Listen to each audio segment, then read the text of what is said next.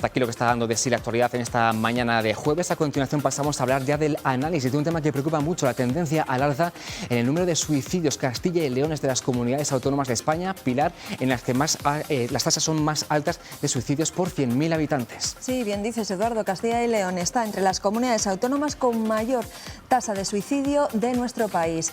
Es una de las conclusiones, como decías, más llamativas de un estudio que analiza los datos de los últimos 20 años. Esto nos ha llevado a preguntarnos por la salud mental. Los expertos están observando un crecimiento continuo de los trastornos relacionados con la salud mental y algo que preocupa, un incremento de los relacionados con los menores. Hoy hablamos de ello con Diana Gutiérrez, que es técnico de la Federación de Salud Mental Castilla y León. Diana, gracias por estar con nosotros. Gracias a vosotros por recibirnos. Le acompaña Daniel Zembrero, que es psicólogo de la Asociación El Puente de Valladolid. Daniel, también encantados de que estés con nosotros. Hola, buenas tardes. Y por videoconferencia nos atiende Javier Díez, que es psicólogo de Asobica, Salud Mental Soria, es la Asociación de Familiares de Personas con Enfermedad Mental de allí de Soria. Javier, gracias por estar con nosotros. Buenos días, encantado. Y también hemos invitado a José Antonio Luengo, que es el decano del Colegio de Psicólogos de Madrid y que recientemente estaba por aquí, por Castilla y León, creo que en Palencia, dando una conferencia. Gracias. Hola, ¿qué tal? Buenos días. Bueno, pues lo primero, vamos a dar más detalles de ese estudio, de ese informe sobre la evolución del suicidio en nuestro país en la última década, Eduardo. Sí, es un estudio de la Universidad Complutense de Madrid y del Centro de Investigación Biomédica en Red de Salud Mental, que ha detectado, como decíamos, desde 2018 una tendencia creciente en la mortalidad por suicidio, acelerada sobre todo después de la pandemia. En 2020 fallecieron por suicidio 3.941 personas en toda España. Eso era un 3,6% más que el año anterior. Y en 2021, el dato más reciente, fueron 4.003 personas, a su vez un 0,8% más. Eso supone, ahí lo ven, una media de 11 suicidios, 11 personas que mueren así cada día. Prácticamente 3 de cada 4 fallecidos por suicidio son hombres. Aquí en Castilla y León la mortalidad el último año del que hay datos fue de 236 personas, más de la mitad en las franjas de edad de entre 30 y 64 años. Y van a ver también que Castilla y León es de los territorios con mayor tasa de suicidios. Esta que van a ver a continuación es la media nacional, algo más de 8,45 por cada 100.000 habitantes. En el mapa, las provincias en color verde están en la media, por debajo de la media, en naranja en esa media de 8,45 y en rojo por encima de la media. Galicia, Asturias, Castilla y León y zonas de Andalucía y Aragón son las que tienen tasas más altas del país. Zamora, con 14,2 por cada 100.000 habitantes, es la segunda provincia con mayor tasa de suicidios, por detrás solo de Jaén. Además, también Zamora y Palencia son las provincias donde más han aumentado los casos de suicidio, después de Melilla y Lleida, en ambas un 22,5% más respecto al año anterior. Por contra, Segovia es donde más se han reducido, casi un 26% menos. Bueno, pues ese estudio nos da una idea de cómo ha evolucionado y cuál es la tasa de suicidios. Hay una evolución al alza. Yo les pregunto a ustedes, ¿por qué se está produciendo este incremento? ¿Qué hay detrás? Me imagino que son muchas las causas, pero bueno, vamos a intentar poner algunas encima de la mesa. Diana. Pues probablemente por una falta de abordaje, ¿no?, serio, efectivo del suicidio. Sobre todo desde nuestro movimiento asociativo lo que queremos trasladar, y creo que en común con todos los expertos, es que el suicidio es algo previsible, o sea, prevenible. No es una cuestión que no se pueda atajar. Y sobre todo que hay una esperanza y que se puede hablar en positivo de esta situación, que precisamente ese planteamiento es el que nos va a ayudar a que estas cifras empiecen a reducirse. Concretamente, nosotros podemos hablar de nuestra experiencia. Dentro de nuestro colectivo, nosotros trabajamos directamente con una parte de la población que es la que tiene un problema de salud mental. Los suicidios no tienen por qué darse solo dentro de este colectivo, es algo que afecta a toda la población, ¿no? Es un problema muy grave de salud de la población en general. Lo que nosotros percibimos y que nuestros datos nos avalan es que dentro de nuestra gente, las personas que acuden a nuestras entidades, que se apoyan en nuestros servicios, que reciben atención, no hay estos índices de suicidio. Entonces, lo que es evidente es que con recursos reales, efectivos, esto se puede prevenir y que no debemos olvidar que es la principal causa de muerte externa en nuestro país. Daniel.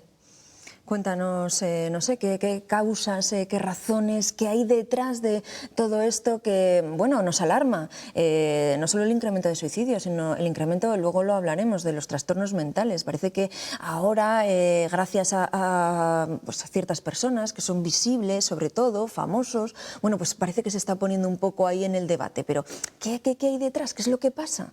No sé, tenemos ahí cerca la pandemia, pero es que se está viendo que antes incluso de la pandemia ya había una evolución al alza.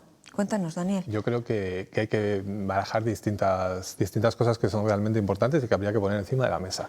Lo primero, ante todo, es que sabemos cómo podemos prevenirlo y no lo estamos haciendo. Entonces yo creo que eso es lo primero que tenemos que darnos cuenta. O sea, ya no solo es que haya causas que vayan generando que esto aumente, sino es que nosotros sabemos ya técnicamente y científicamente cosas que podemos hacer que lo eviten y no lo estamos haciendo. Entonces ahí veo que como sociedad tenemos una doble responsabilidad. Primero, por ir generando lo que es una intervención primaria donde vamos trabajando la salud mental de toda la población a nivel general, construyéndola de forma constructiva y positiva para que sea fuerte y haya menos riesgos de llegar a estos casos, ¿sí? Que eso es una cosa que tenemos que hacer.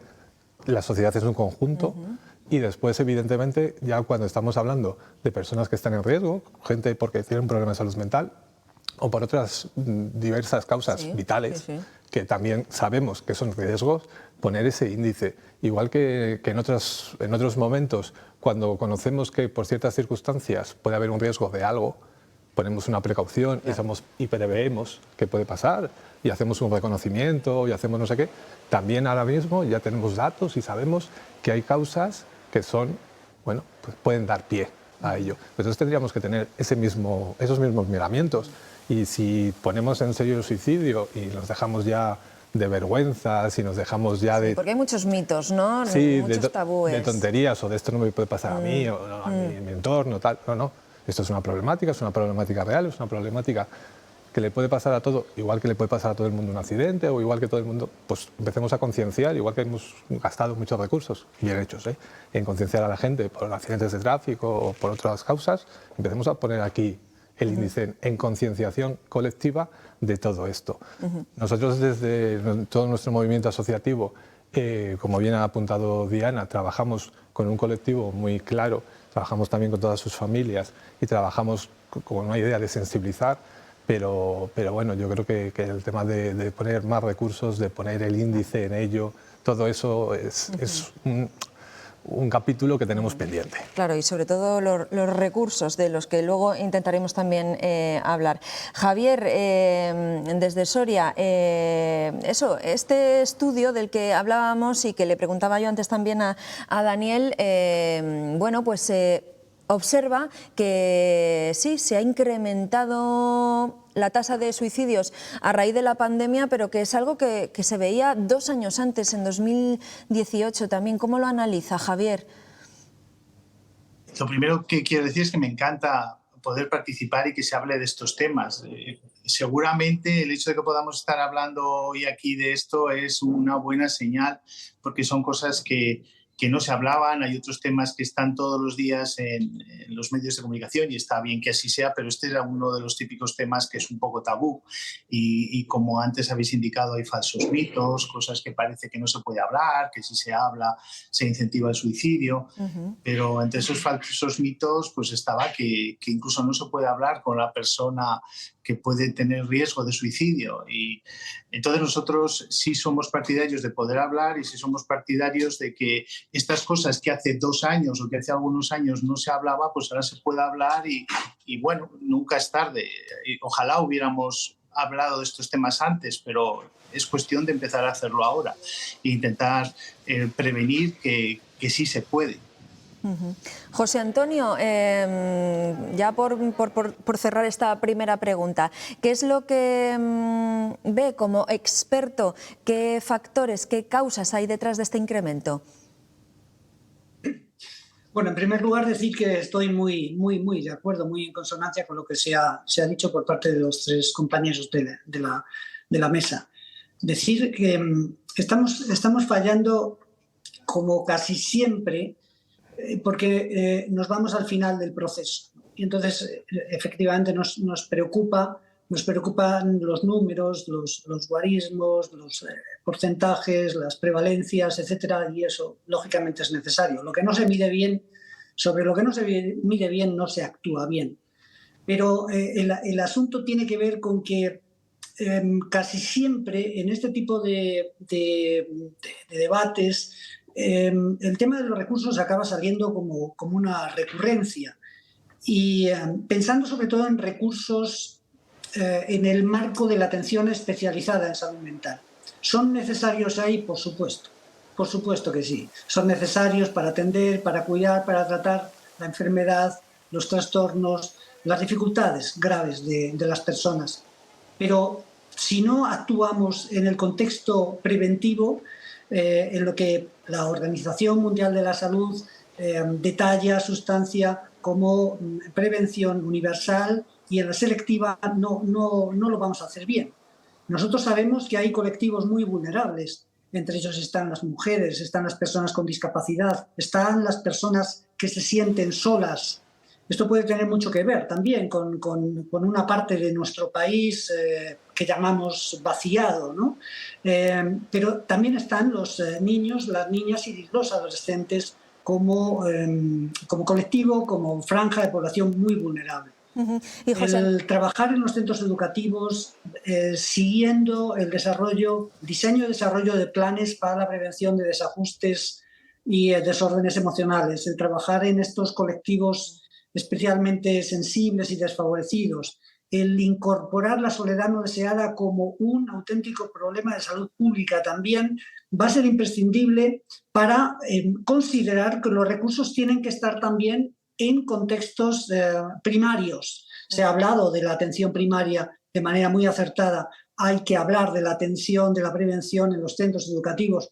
Hay que hablar de la prevención y de la atención en los servicios sociales con poblaciones muy vulnerables. Pero muy de acuerdo en que falta la capacidad para entender y sobre todo la responsabilidad para entender que de esto tenemos que hablar, pero tenemos que hablar constructivamente, porque entre el ruido y el silencio hay un espacio adecuado que es el tratar con madurez, con responsabilidad, con ciencia y con evidencia, porque el ruido también hace daño de una manera muy significativa. José Antonio, con respecto a eso, es que en la conferencia del otro día en Palencia, hablando de los menores, claro, usted hacía referencia a que la mitad de los casos de enfermedad mental se gestan antes de los 14 años. Claro, a mí me ha llamado muchísimo la atención con qué puede estar relacionado eso, con, no sé, la situación económica, la afectividad.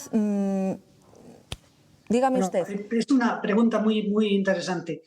Todos estos datos que yo pude dar el otro día en Palencia, en esa bella ciudad, están tasados y extraídos de estudios, sobre todo de metaestudios, es decir, de estudios muy recientes que, analizando miles y miles de historias clínicas de personas con enfermedad mental, con trastorno psicológico, han podido determinar cuándo se iniciaron. Y lo que nos dice la evidencia es que efectivamente 5 de cada 10 casos, aproximadamente un 50%, se inician en la infancia y en la adolescencia.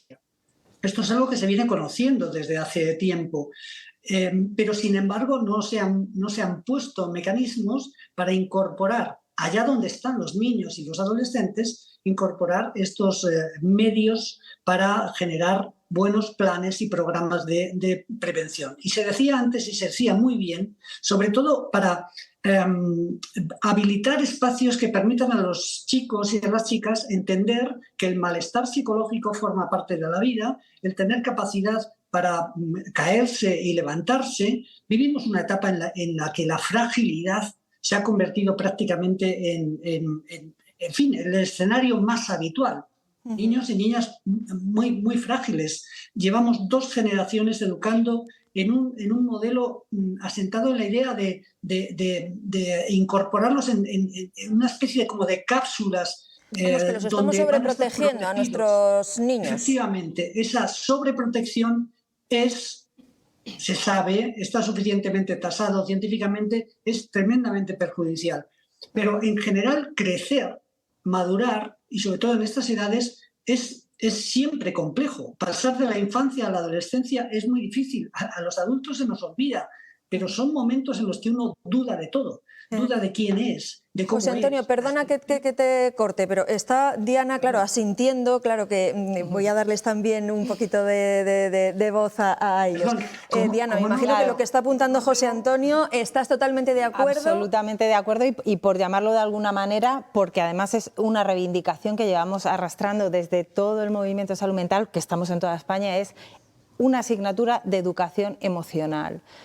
Todas las personas, pero sobre todo lo que él decía, ¿no? Antes de tener que necesitar recursos para arreglar lo que ya está roto, digamos de alguna manera, vayamos al origen, vayamos a educar y formar a las generaciones más jóvenes para conocerse, para conocer su gestión emocional, para hacer frente a cualquier situación, a una pandemia que nos afecta a nuestra salud mental, estaremos fortalecidos y tendremos herramientas para afrontarlo, a una crisis económica, a una separación de unos padres, a una ruptura emocional, no sentimental, a todos estos factores que sabemos que de una forma u otra sí que inciden en el estado emocional, a veces llega a convertirse en un problema de salud mental, incluso a veces llega a ser el origen o el causante que decide que alguien empieza a tener ideaciones autolíticas o pensamientos, ¿no?, de suicidio. Por supuesto, es una reivindicación que venimos haciendo. Nosotros concretamente, por irnos a Palencia, ¿no? Y yo siempre soy de un carácter muy también reivindicativo. El año pasado en Palencia se han estado haciendo acciones concretas, específicas de sensibilización, de eso, de ir al origen. Se ha estado en 10 centros escolares, se ha formado a más de 1.700 personas del alumnado, hemos estado en otros 5 centros, a casi un centenar de profesorado. Estamos formando en la salud mental y en el suicidio concretamente. Esas iniciativas parten de las asociaciones. De nosotros, con nuestros recursos. Por eso también es una reivindicación que yo hago.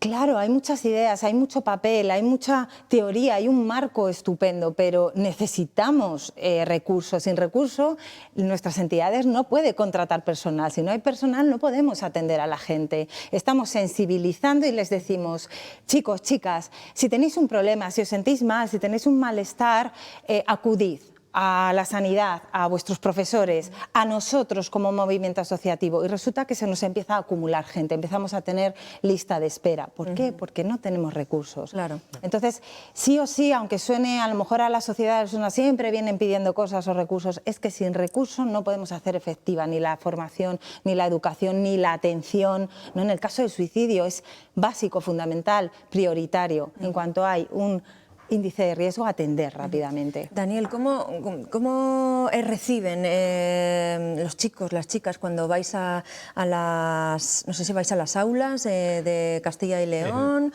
o cómo actuáis? ¿Cómo lo reciben ellos toda esta información? ¿Es la primera vez con la que se topan, pues eso, que pueden hablar de estas cosas y que no está mal hablar de estas cosas, que de hecho tiene muchos beneficios para ellos?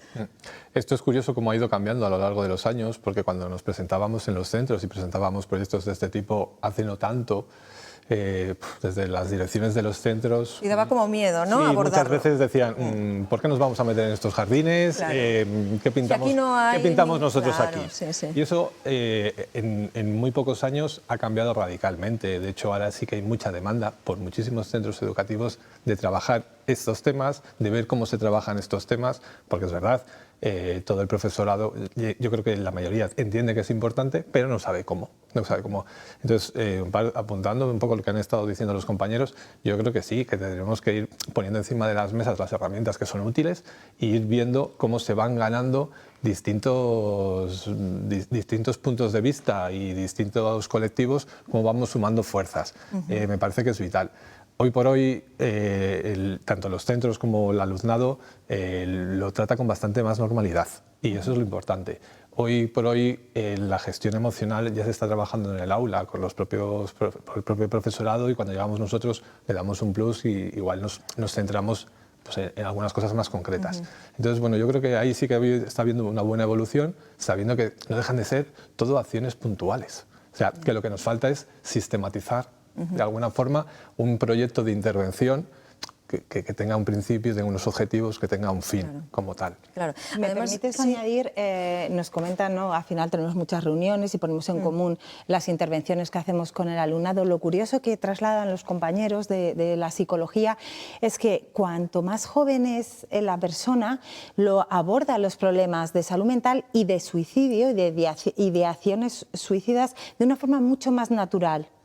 Y lo exponen sin tantos tabúes y sin tantos prejuicios. O sea, ellos lo ven con naturalidad, necesitan que el resto de la sociedad y del sistema les ayude, les apoye y les dé una respuesta. Y uno de sus problemas que detectan, ¿no? Que detectáis, sobre todo los psicólogos, es la falta de herramientas para hacer frente a la frustración. Ese es un matiz que hay que cuidar mucho. Claro, también. que es un poco en la línea, ¿no?, de lo que apuntaba José Antonio. Luego, claro, estamos viviendo un momento, por ejemplo, que ya lo sé que muchas veces los medios de comunicación eso apuntamos en las redes sociales, pero estamos viviendo un momento de redes sociales en la que todas las vidas son bonitas, que están muy bien las redes sociales porque también motivan muchas causas, denuncian muchos problemas, pero hay como cierta generalidad, ¿no?, de que todo es bonito, todo es precioso en la red social. Claro, cuando me imagino que una persona que se está formando, un niño, ve lo bien que les va a otras personas y a él no, pues imagino que es un choque brutal. Nos pasa a los adultos, pues imagino que con los niños todavía nos encontramos con mayor problema y pueden surgir muchas cosas, claro, no lo sé. Las redes sociales, yo creo que uno de los mayores problemas que tiene es que no permite profundizar al individuo, a la persona, en todo lo complejo que es la vida en general. Entonces yo creo que no es tanto el que sea una cara bonita, una foto bonita, una historia bonita. No, es que es muy superficial, es que no te ha dejado meterte. Y entonces, ver la vida desde detrás de la cámara, detrás de la pantalla o detrás tal, te estás perdiendo muchas partes de la vida que son importantes. Entonces, yo creo que es el mayor de los problemas. Pues estábamos comentando antes datos de suicidios en población general, pero también hemos encontrado cifras relacionadas con menores. Eduardo, cuéntanos. Hablaba antes de los grupos de edad donde se dan más casos de suicidio, pero como dices hay un dato alarmante y es el del incremento de esos casos entre los menores de edad. Desde el año 2019 se ha triplicado prácticamente el número de fallecidos por suicidio que tenían menos de 15 años. Con cifras oficiales van a ver que fueron 7 en el año 2019, el doble, 14 en 2020 y 22 en el año 2021, que es el último del que hay cifras confirmadas. Los expertos señalan el aumento después, sobre todo de la pandemia, que intensificó los riesgos psicosociales, aislamiento, maltrato intrafamiliar, hacinamiento, abuso de las tecnologías, barreras asistenciales a la salud mental, pobreza. Lo dice un informe de la Fundación ANAR con datos de la última década que concluye que en ese periodo los casos que atendió esta fundación por ideación suicida se multiplicaron casi por 24 y los intentos de suicidio casi por 26. Mención especial para la salud mental porque la organización dice que en esta última década solo el 44% de los niños y adolescentes con conducta suicida ha recibido tratamiento psicológico. Bueno, pues le voy a preguntar a Javier, que creo que es coautor de una guía para prevenir el suicidio. ¿Cómo se afronta un caso así? ¿Cómo se afronta pues, un caso de un intento de suicidio de un menor? ¿Cómo debemos afrontarlo? ¿Cómo debe afrontarlo la familia? Claro, como comentaba José Antonio, muchas veces ya llegamos al momento final, ¿no?, cuando ya se está casi produciendo, cuando casi la persona... Pero es necesario hacer un trabajo que venga desde atrás, o sea, ver cuando un padre pierde la comunicación con su hijo, ver cuando una persona está ausente, está triste, atreverse a afrontar determinados problemas de tristeza, de personas que no encuentran su sitio en la vida, atreverse a hablar de estos temas, ir produciendo este cambio desde todos los sectores. En los medios de comunicación yo también veo buenos esfuerzos en este sentido, atreverse a que la gente no esté sola, a que se atreve a hablar de determinadas cosas. Esas me parecen cosas muy, muy importantes para no tener que solo hablar del momento justo que es tratar de salvar la emergencia, proteger a las personas que hay involucradas, intentar proteger a la persona que tiene este intento autolítico, autolesivo. Y entonces es como que hay que intentar que venga desde atrás. Yo tengo esperanza porque bueno, hay partes que vienen de atrás, que es trabajo sin hacer, y luego hay una parte muy importante de determinadas cosas que hay que encajar, como nueva información, redes sociales, un montón montón de cosas nuevas que todavía no hemos aprendido a manejar. Pero yo decía que yo soy esperanzado con estos temas, porque yo me acuerdo cuando era niño lo que pasaba con el tabaco, ¿no? Que el médico te recibía fumando, que fumaban en los autobuses, tu profesor fumaba, y antes parecía una cosa totalmente imposible que eso cambiara, y afortunadamente han cambiado muchas cosas. Y ahora poder hablar de estos temas, darles importancia, y por ejemplo en nuestra asociación, pues nuestra preocupación por este tema ha hecho que elaboremos una guía que por una parte es una recopilación de información y por otra parte es un protocolo para actuar en los casos con distintos niveles dependiendo del nivel de gravedad o del nivel de riesgo. Claro, entonces, qué bien pues afortunadamente...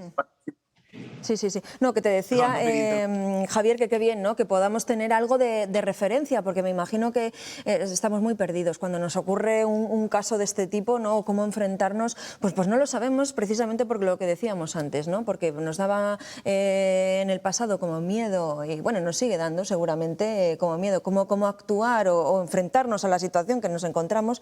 Y claro, me da mucha rabia, que son la 1:18, me están diciendo que me tengo que marchar, me da mucha rabia porque casi no hemos empezado a hablar del tema y claro, podríamos seguir mucho más, así que os voy a emplazar a que hemos dado unas claves, unas pequeñitas claves para que podamos hoy empezar este tema y os voy a emplazar a otro programa para que podamos seguir hablando. Nos alegramos de que las asociaciones estéis haciendo mucho trabajo en torno a esto y ojalá podamos seguir trabajando, podáis seguir trabajando en los centros educativos y bueno, pues a nivel de la sociedad en general. Muchísimas gracias. Me voy a tener que despedir. Diana, Daniel, Javier y José Antonio, gracias por haber estado con nosotros. Ya sabéis que el tiempo es el que es. Voy a hacer una pausa para la publicidad y enseguida volvemos. Hasta ahora.